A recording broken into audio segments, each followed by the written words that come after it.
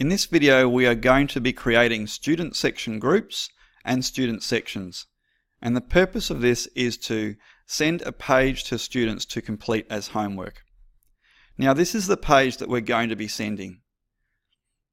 The idea of this task is that students read these 10 points. After the students have read the text, they then go over into the space to the right hand side and they either do some sketchnoting or they might type a reflection based on those 10 points.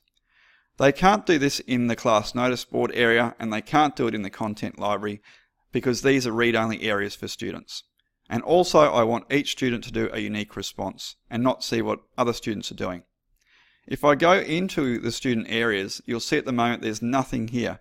I've added the students to the notebook, but I have not at this point gone in and added section groups and sections. So that's the first thing that we need to do.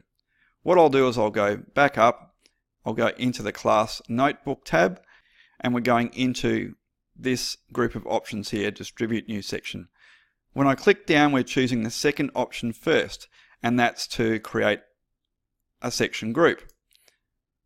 I'll give it the name, term 1, and I'll hit create. If I now go into Alex's area, we'll see that there's a section group created. A quick check in Grayson's gives us the same result. Let's go back up again.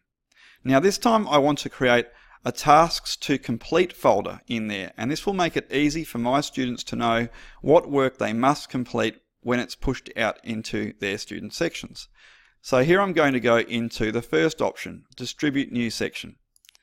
But before I type a name, I'm going to click more options, and I'm going to make sure that this ends up in the term 1 section group that I've just created.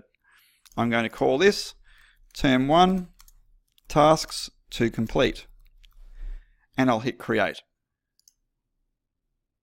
Now because I ticked that advanced box and I chose term 1, the section doesn't appear here, it's been put into the term 1 area, and that's really good for my organisation and for my students as well.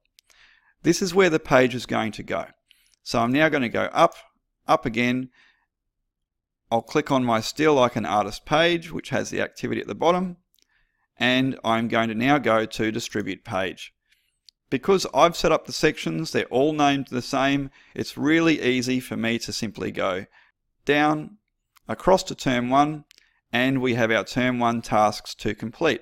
This is where this page is going to end up. So I'll click on this, we get a short dialogue, and now I'll go into Alex's term 1. In the term 1 tasks to complete, here's the page that we just distributed. Let's go up and quickly check that against another student. Term 1, task to complete, there it is. So it is a very simple process, provided that you take the time at the beginning to set up the section groups and the sections, because it makes it so much easier to push work out to students into logical places.